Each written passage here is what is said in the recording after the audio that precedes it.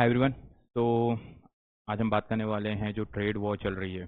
Okay, यानी actually ये tariff position से स्टार्ट तो हुआ था यूएस के उसमें, लेकिन अब वो एक यूएस चाइना ट्रेड वॉर के रूप में चेंज हो चुका है। तो वो कैसे चेंज हुआ और उसके इम्प्लीकेशन क्या होंगे इंडिया पे, ओके, एंड वर्ल्ड पे, ग्लोबल इकोनॉमी पे, उस पे हम बात करेंगे। क्योंकि ये एक ग्लोबलाइजेशन से रिलेटेड चीज़ों पे, ऐसे पे, ग्लोबलाइजेशन का जो ऐसे है उसके लिए भी एक इम्पॉर्टेंट हो जाता है, जहाँ पे आप ये वाली चीज़ों को कर सकते हैं कि कैसे ग्लोबलाइजेशन वर्ल्ड को नेगेटिवली इम्पैक्टेड कर सकता है और किस तरीके से हम ग्लोबलाइजेशन के नेगेटिव इम्पैक्ट को रिड्यूस भी कर सकते हैं। ओके, तो स्टार्ट करते हैं वीडियो पे। तो पहला हमारा जो चीज़ है, हमें ये समझने की रिक्वायरमेंट है कि ट्रेड वॉर होती क्या है। कभी भी आप जो भी चीज़ टॉपिक इस करें तो उसमें आपकी अगर प्रॉपर अंडरस्टैंडिंग नहीं है what is the trade war, तो वो आपके लिए प्रॉब्लमेटिक सिचुएशन क्रिएट कर सकता है। So you need to understand what is the trade war.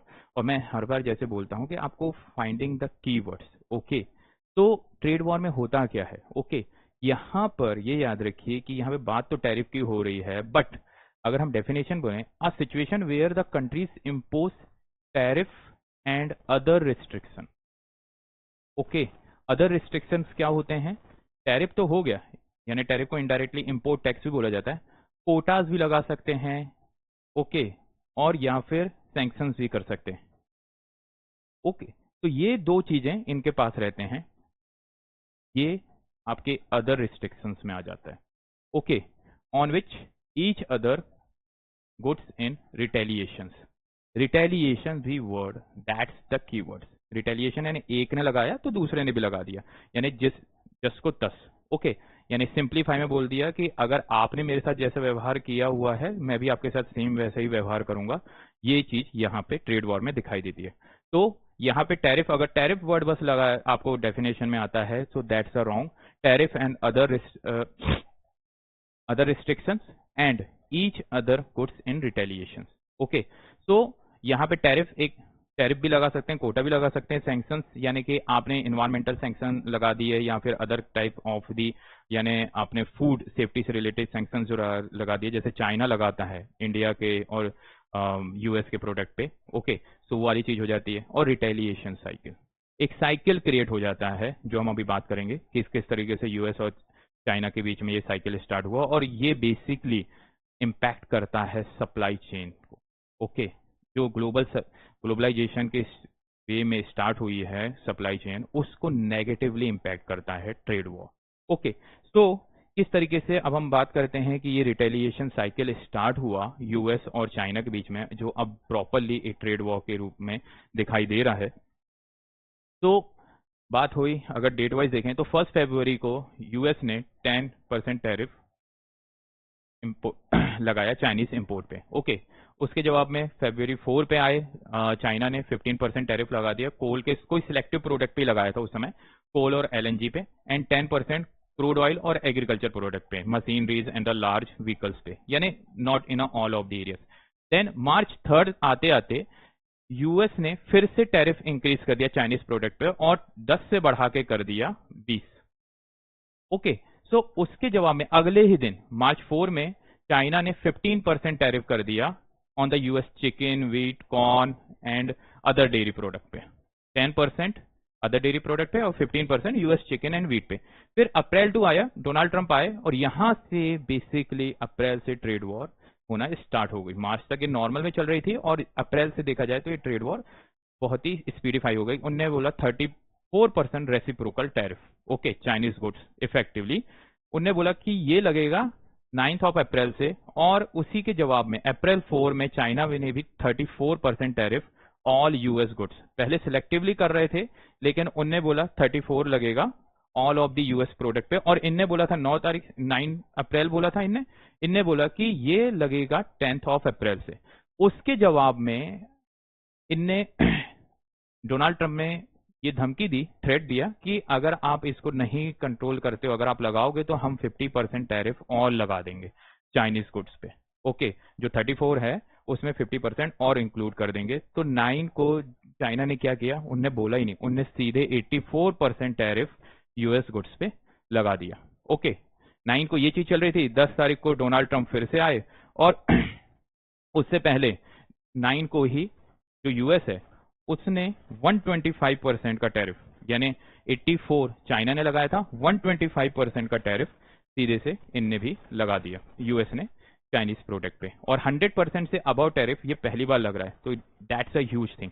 Okay, then 10 April को डोनाल्ड ट्रंप ने 125 जो था टैरिफ, उसमें 20% पेनाल्टी और लगा के टोटल इफेक्टिव टैरिफ कर दिया 145, यानी 125 टैरिफ तो है लेकिन उसमें 20% पेनाल्टी भी इंक्लूड है, तो अब टोटल टैरिफ हो गया है, इफेक्टिव टैरिफ हो गया 145% ऑन चाइनीज प्रोडक्ट। ओके, और चाइना ने इसी के उसमें जो प्रॉपर लगाया हुआ है, पहले 84 लगाया था, उसी को इंक्रीज करके चाइना ने भी यूएस प्रोडक्ट पे 125 का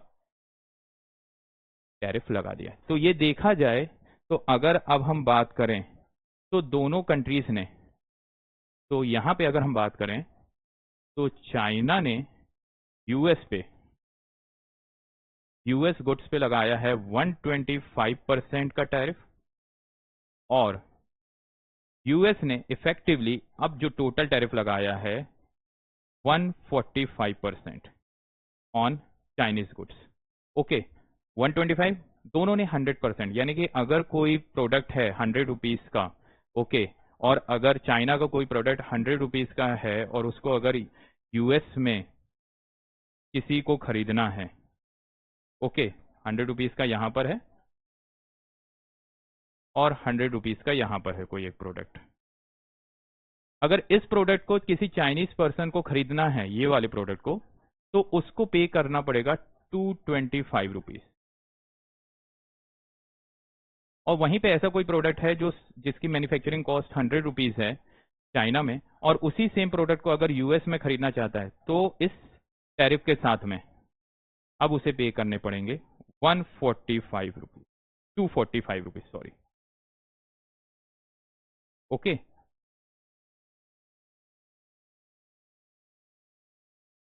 ये रुपीज में बोल रहा हूं लेकिन सारी चीजें डॉलर में चलेंगी। ओके, तो डॉलर के हिसाब से आपको उसने $225 वैसे उसमें वो करने पड़ेंगे, मैं रुपीज में, क्योंकि ये आपके लिए इजीली अंडरस्टैंडेबल हो जाएगा।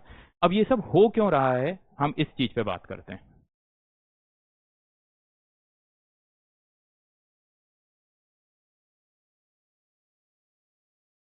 ये हो रहा है क्योंकि यूएस का जो चाइना के साथ है वो ट्रेड डिफिसिट है। टोटल अगर इन दोनों के बीच में अगर हम देखा जाए तो जो ट्रेड होता है वो 582 बिलियन का है।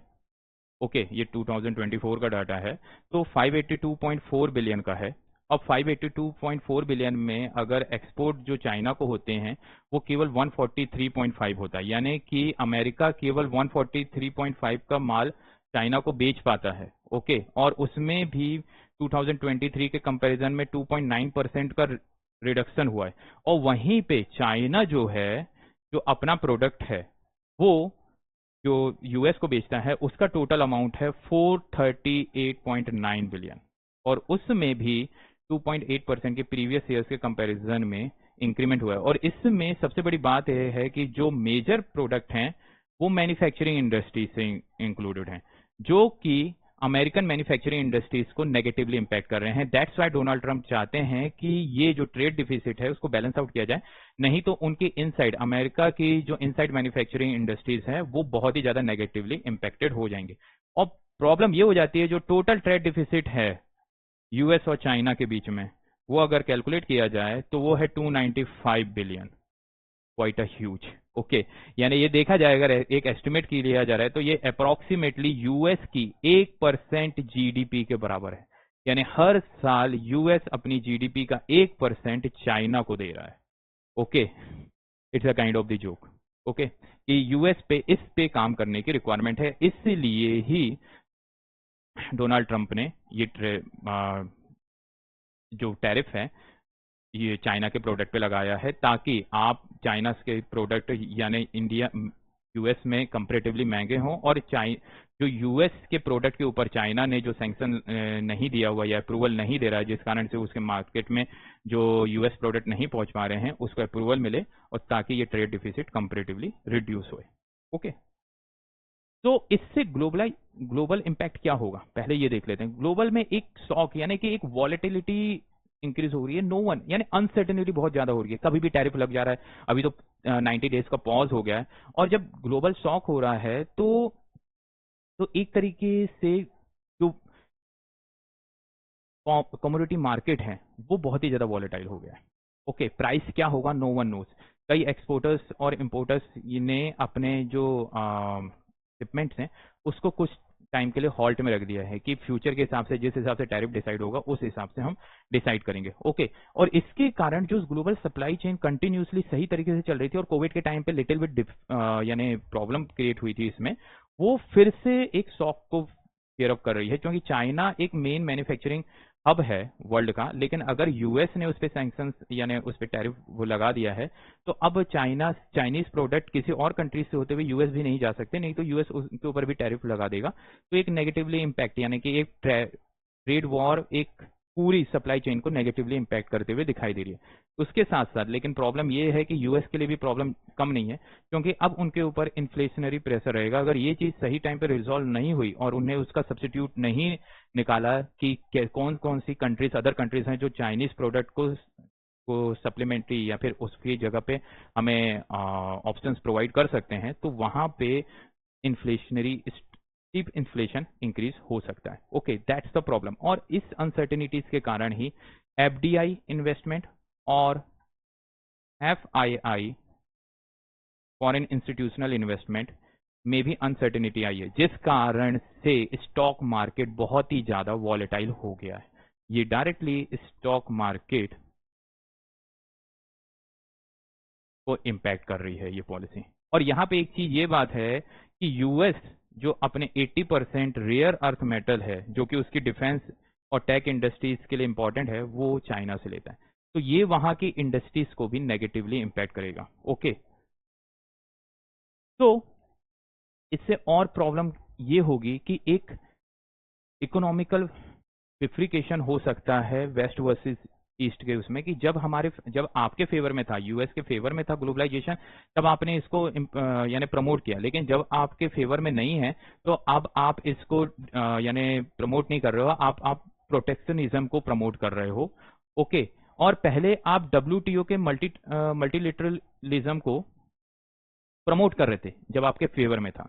ओके, तो ये वाली चीजें यहाँ पे एक यानी डेवलप और डेवलपिंग कंट्रीज के बीच में एक अगेंस्ट एक वॉर क्रिएट कर सकती है, या फिर एक थिंकिंग एबिलिटीज में एक हो सकता है कि डिबेट शुरू कर सकती है कि चीजें अगर आपके फेवर में है तब आप उसको सपोर्ट करोगे, और जब आपके फेवर में नहीं है तब आप उसके अगेंस्ट एक्ट करोगे। That's not a good thing. Okay, और यहाँ पर चाइना को भी अब ये चीज होगी कि चाइना अब अल्टरनेटिव मार्केट की तरफ जाएगा, और फिर उसमें वो उसके जो अदर मार्केट्स हैं वो उसके डंपिंग ग्राउंड भी बन सकते हैं। ओके, तो ये वाली चीजें आप जो ग्लोबलाइजेशन और डी ग्लोबलाइजेशन वर्सेस वाला जो ऐसे के टॉपिक जो बीपीएससी की तैयारी कर रहे हैं या यूपीपीसीएस की तैयारी कर रहे हैं, उसमें ये इस तरीके के एग्जांपल्स को आप इंक्लूड कर सकते हैं कि जब वो आपके फेवर में है ग्लोबलाइजेशन, तब यूएस उसको प्रमोट कर रहा था।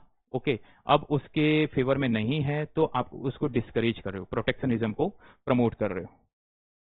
ओके, तो इम्पैक्ट यूएस पे क्या इम्पैक्ट होगा, इम्पैक्ट यानी अगर स्ट्रेंथ बोली जाए, पहले हम एक एनालिसिस करें तो किस तरीके से है यूएस की इकोनॉमी। देखा जाए तो सबसे लार्जर इकोनॉमी है वर्ल्ड में, कैपिटल मार्केट है, बहुत ही डीपर, बहुत पैसा है। ओके, नो प्रॉब्लम, क्योंकि वहां पे 17 ट्रिलियन की तो मार्केट क्रैश होता है। ओके, देखने वाली बात है, एक दिन में 4 ट्रिलियन लॉस होता है, जितने की इंडिया की इकोनॉमी है। ओके, तो एंड नेगोशिएशन पावर है, क्योंकि आप 298 बिलियन डॉलर जो है वो ट्रेड डिफिसिट है। तो अगर आप उसको सब्सिट्यूट करना चाहते हो, ठीक है, अराउंड यानी कि टोटल जो आप प्रोडक्ट वहां से करते थे वो 400 बिलियन डॉलर के आसपास थे। तो जब आप इसको सब्सिट्यूट करोगे तो आप किसी भी कंट्री को अगर ऑफर करोगे तो कोई भी कंट्री इस चीज के लिए एक्सेप्ट करने के लिए हो जाएगी, क्योंकि उसको तो बहुत बड़ा एक यानी मार्केट मिल जाएगा। ओके, सो ये एक पावर है। लेकिन प्रॉब्लम ये है कि अगर इसे सही तरीके से जल्दी इंप्लीमेंट नहीं किया गया तो कंज्यूमर प्राइस ज्यादा हो सकते हैं।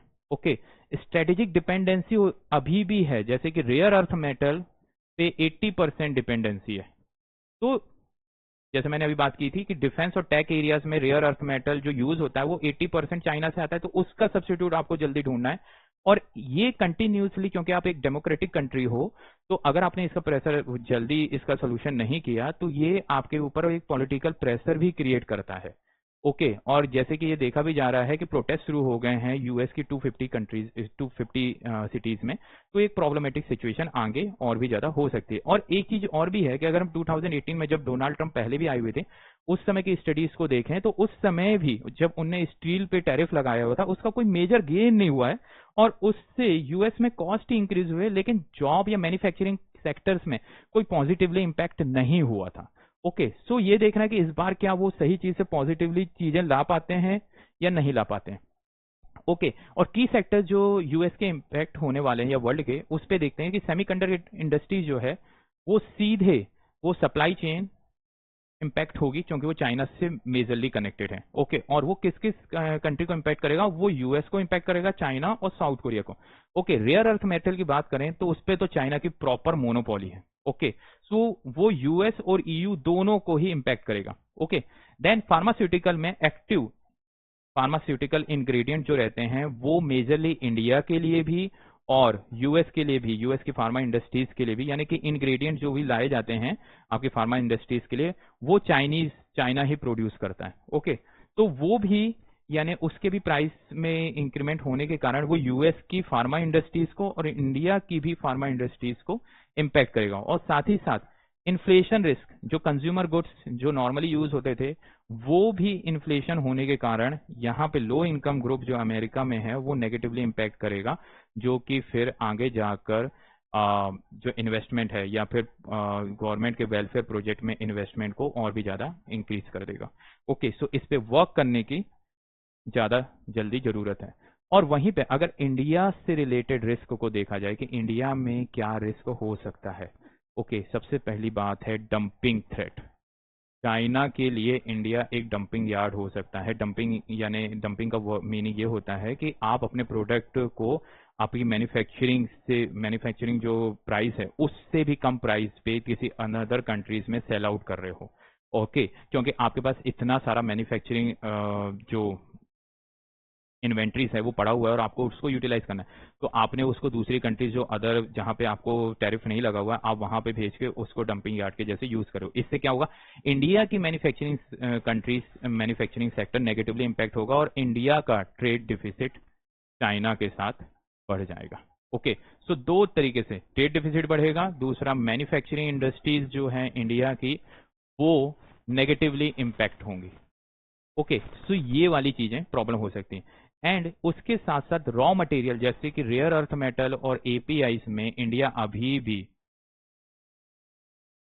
एक्टिव फार्मास्यूटिकल इंग्रेडिएंट्स है वो अभी भी चाइना के ऊपर डिपेंडेंट है। रेयर अर्थ मेटल में भी चाइना के ऊपर डिपेंडेंट है, तो उन जो कि डिफेंस और टैक्स से इंपॉर्टेंट है, तो उन चीजों के लिए भी अभी वो पूरे तरीके से यहाँ पे सैंक्शंस को रिमूव नहीं कर सकता है। ओके, तो ये एक प्रॉब्लम है कि आपको सारी चीजों से मॉनिटरिंग करनी पड़ेगी। एंड ग्लोबल रिसेशन जो चांसेस हैं आ जाए तो उसके कारण इकोनॉमिक यानी वीकर एक्सपोर्ट हो सकता है और उससे इकोनॉमिक ग्रोथ पे इम्पैक्ट पड़ सकता है, लेकिन इतना नहीं पड़ेगा क्योंकि इंडिया का जो सेल्फ सस्टेनेबल थिंक है वो उसका इनसाइड का खुद का एक कंज्यूमर बेस का होना है, और इंडियन इकोनॉमी अभी 2% के अराउंड ही वर्ल्ड इकोनॉमी से कनेक्टेड है, तो ग्लोबल रिसेशन से इंडिया प्रोटेक्टेड है, ये वाली बात तो मानिएगा। ओके, सो इससे ज्यादा इंपैक्ट तो नहीं होने वाला, लेकिन इसमें एक बहुत अच्छी यानी जो अपॉर्चुनिटी है, एक नहीं बहुत सारी, तो चाइना +1 की स्ट्रेटेजी को सही तरीके से अडॉप्ट करके अपने फेवर में यूटिलाइज करने की है। चाइना +1 की स्ट्रेटेजी क्या है? चाइना +1 की स्ट्रेटेजी ये है कि बिजनेस, जब से कोविड हुआ था उसके बाद से जो बिजनेस ग्रुप्स हैं, ओके, वो चाइना +1 की स्ट्रेटेजी को यूज कर रहे हैं। वो ये चाह रहे हैं कि चाइना में तो हमारा मैन्युफैक्चरिंग हो रहा है, ठीक है, चाइना में तो मैन्युफैक्चरिंग हो रहा है, बट ये एक तरीके से जब ग्लोबल शॉक हो जाता है या किसी तरीके की प्रॉब्लम हो जाती है तो हमें एक और अल्टरनेटिव कंट्रीज होनी चाहिए जहां पे हम अपनी इंडस्ट्रीज डेवलप कर सकें।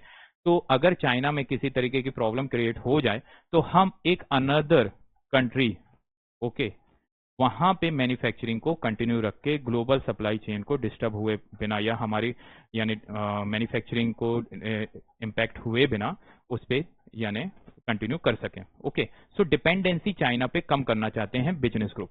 लेकिन अभी ये कंट्री क्या इंडिया होगी या नहीं होगी, इस पे है कि इंडिया इस जो अपॉर्चुनिटी हो उसको कैसे यूटिलाइज करती है। ओके, सो इसको इस अपॉर्चुनिटी को अडॉप्ट करने की है कि आप अदर जो प्लेयर्स हैं जो चाइना में वर्क कर रहे हैं उनको एक बेटर वर्किंग एनवायरनमेंट या फिर बिजनेस एनवायरनमेंट प्रोवाइड करें, जिसके कारण वो इंडिया में इन्वेस्ट करने के लिए और भी ज़्यादा आए।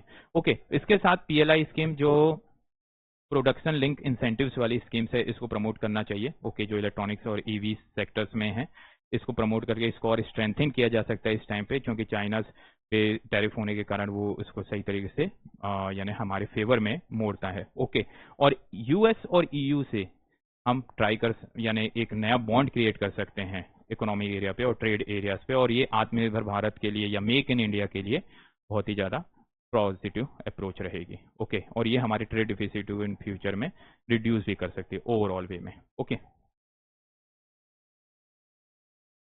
तो ट्रेड वॉर जो टैरिफ रहेगा वो हायर इंपोर्ट कॉस्ट कर देगा और जिसके कारण कंज्यूमर पर इंपैक्ट होगा, जो यूएस में इन्फ्लेशन 1 to 2% कर सकता है और स्टैग इन्फ्लेशन कोई भी रिस्क को वहां पे बढ़ा सकता है जो ग्रोथ पे नेगेटिवली इंपैक्ट करेगा। ओके, तो ये ट्रेड वॉर कंटिन्यू रहेगी? हाँ रहेगी। क्यों? इसके रीजन है क्योंकि अब ट्रेड वॉर से पीछे जाना एक तरीके से अपनी यानी कि ग्लोबल लेवल पे अपनी पावर को रिड्यूस करने के बराबर होगा। ओके, अगर आपने एक बार इसको लगा दिया है यानी ये एक तरीके से चाइना और यूएस के बीच में एक पावर टसल हो गई है। ओके, कि जो पीछे हटेगा उसकी ग्लोबल लेवल पे पावर कम हो जाएगी और उसके कारण वो पॉलिटिकल विक्ट्री को भी वहां पे उस कंट्री में उनके आपकी उस पार्टी की पॉलिटिकल पोजीशन को भी कंपेरेटिवली रिड्यूस कर देगा। ओके, और वैसे भी अगर देखा जाए तो यूएस पे हिस्टोरिकल ही एक बैगेज भी है कि वो आईपीआर पे भी सही तरीके से वर्क नहीं कर पाए, ठीक है, और टेक ट्रांसफर पे भी वो ज्यादा तरीके से अपने आप को सही तरीके से रख नहीं पाए। ओके, तो ये चीज एक नेगेटिवली इंपैक्ट कर देती है यूएस के लिए कि अब मैं बैक एंड में नहीं जाएंगे। और उसके साथ साथ एक चीज और, अगर जो भी बैक जाता है, अगर नेगोशिएशन और दोनों नेगोशिएशन में बैठे बिना अगर कोई भी एक पीछे जाता है तो उससे ये हो जाएगा कि आपका मल्टीलेटरल बॉडीज जैसे यूएन सिक्योरिटी काउंसिल है, डब्ल्यूटीओ है, वहां पर आपका जो स्टैंड है वो रिड्यूस हो जाएगा, आपकी इंपॉर्टेंस कम हो जाएगी। ओके, लेकिन इसके साथ साथ एक चीज और है कि हार्वर्ड की एमआईटी की एक स्टडीज है जिसमें बोला था कि जो टैरिफ पहले लगाए हुए थे ट्रंप ने उसका नेगेटिव इम्पैक्ट ही रहा है जॉब के लिए, पॉजिटिव नहीं रहा है। फिर भी इन्हें लगाया हुआ है, लेकिन अब एक बार स्टेप ले लिया तो पीछे तो हट नहीं सकते। ओके, तो वे फॉरवर्ड क्या है, ग्लोबल लेवल पे क्या वे फॉरवर्ड है? ग्लोबल लेवल पे यानी वे फॉरवर्ड के लिए हम क्योंकि ग्लोबली भी इम्पैक्ट कर रहा है और इंडिया को, तो पहले हम देखेंगे कि ग्लोबल के लिए क्या वे फॉरवर्ड होने चाहिए, ग्लोबली क्या चीजें करनी चाहिए। तो ग्लोबली पहले तो डब्ल्यूटीओ आर्बिट्रेशन, क्योंकि ट्रेड से रिलेटेड मामला है तो डब्ल्यूटीओ के बीच में बैठ के इसमें ट्रेड में आर्बिट्रेशन होना चाहिए, दोनों चाइना और यूएस को बैठ के बात आर्बिट्रेशन कराया जाना चाहिए उसके उसमें। Okay, that's the best way, क्योंकि आपको डब्ल्यूटीओ जैसी मल्टीलेटरल बॉडीज के इंपॉर्टेंस को बनाए रखना है, उसको रिड्यूस नहीं करना, और वो तभी हो सकता है जब इसके अंडर में रह के यूएस और चाइना दोनों एक प्रॉपर नेगोशिएशन में पहुंचे। ओके, उसके साथ साथ मल्टीलेटरल डायलॉग्स को भी आगे बढ़ाया जाना चाहिए, लाइक क्वाड के, G20 के और ब्रिक्स के, क्योंकि जब आप कंटिन्यूसली एक डायलॉग्स चलते रहेंगे तभी हम किसी एक नेगोशिएशन या एक न्यूट्रल ग्राउंड पे जाएंगे, और अगर आपने डायलॉग्स ही नहीं कंटिन्यू रखे तो हम कहीं पे पहुंच ही नहीं पाएंगे। तो दैट्स वाइट मल्टीलेटरल डायलॉग्स भी होना चाहिए और जिनपिंग और डोनाल्ड ट्रंप के बीच में और वार्ता होनी चाहिए ताकि एक नेगोशिएशन का ग्राउंड क्रिएट हो सके। और सप्लाई चेन डाइवर्सिफिकेशन पे वर्क किया जाना चाहिए ग्लोबल लेवल पे, चाइना +1 स्ट्रेटेजी को और भी तेजी से इंप्लीमेंट किया जाना चाहिए और अनदर ग्लोबल हब या फिर मैन्युफैक्चरिंग हब को फाइंड आउट किया जाना चाहिए मैन्युफैक्चरिंग इंडस्ट्रीज के द्वारा। ओके, एंड ट्रस्ट, एक इंटरनेशनल ट्रेड पे ट्रस्ट होना चाहिए, इन्वेस्टर्स का ट्रस्ट होना चाहिए कि हाँ कंट्रीज एक प्रॉपर ग्लोबलाइजेशन को प्रमोट करना चाहती हैं, वो प्रोटेक्शनिज्म को नहीं प्रमोट करना चाहती हैं, वो ग्लोबलाइजेशन के फेवर में, जिसके कारण एक ग्लोबल ट्रेड की जो प्रैक्टिस प्रीवियस टाइम से कंटिन्यू चल रही थी, जो मेन एजेंडा है डब्ल्यूटीओ का। ओके, वर्ल्ड ट्रेड को प्रमोट करना, इंटरनेशनल ट्रेड को प्रमोट करना, उसको और प्रमोट किया जा सके या उसको एक पॉजिटिव मोटिवेशंस मिले। ओके, उसके बाद इंडिया का क्या रिस्पांस होना चाहिए? इंडिया को अपनी एंटी डंपिंग ड्यूटीज को प्रॉपरली यानी देखते रहना चाहिए कि चाइनीज प्रोडक्ट पे कब इसको लगाया जाना चाहिए। ओके, कब कब लगाया जा सकता है अगर चाइना डंपिंग करता है तो, यानी कि ये एंटी डंपिंग ड्यूटी ये रहती है कि अगर कोई आपके यहाँ पे मार्केट अपने यहाँ से मैन्युफैक्चरिंग कॉस्ट से कंपेरेटिवली कम करता है and you have a proof on it, तो आप वो देश एंटी डंपिंग ड्यूटीज उस प्रोडक्ट पे लगा सकता है और ये WTO अप्रूव्ड है। ओके, फिर उसके साथ साथ अदर कंट्रीज के साथ भारत को FTA free trade agreement sign करना चाहिए, सेपरेट सेपरेट। US हो गया, UAE हो गया, UK के साथ भारत की वार्ता चल ही रही है। ओके, डायलॉग्स चल रहे हैं और मे बी इस साल के एंडिंग तक UK के साथ भारत का सेपरेट FTA हो जाए। Then use WTO dispute mechanism, किसी भी प्रॉब्लम में अगर किसी भी तरीके की होती है तो मल्टीलेटरल ऑर्गेनाइजेशंस का यूज किया जाए या फिर डायलॉग को कंटिन्यू रख के एक प्रॉपर वे में उस चीज़ को सोल्यूशन पे फाइंड आउट किया जाए। And also the custom monitoring को और भी इनहेंस करने की ज़रूरत है इस समय, क्योंकि ये हो सकता है कि Chinese product on the way of the India US को भेजे जाए। ओके, यानी ऐसा हो सकता है कि चाइना अपने प्रोडक्ट इंडिया में करे और इंडिया यूनिट के थ्रू फिर US में उसको एक्सपोर्ट करवाए।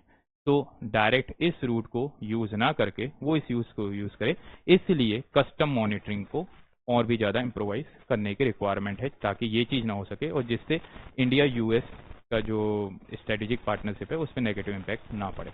ओके, और क्रिटिकल स्टॉक फाइलिंग करने की रिक्वायरमेंट भी है। जो आपके क्रिटिकल प्रोडक्ट हैं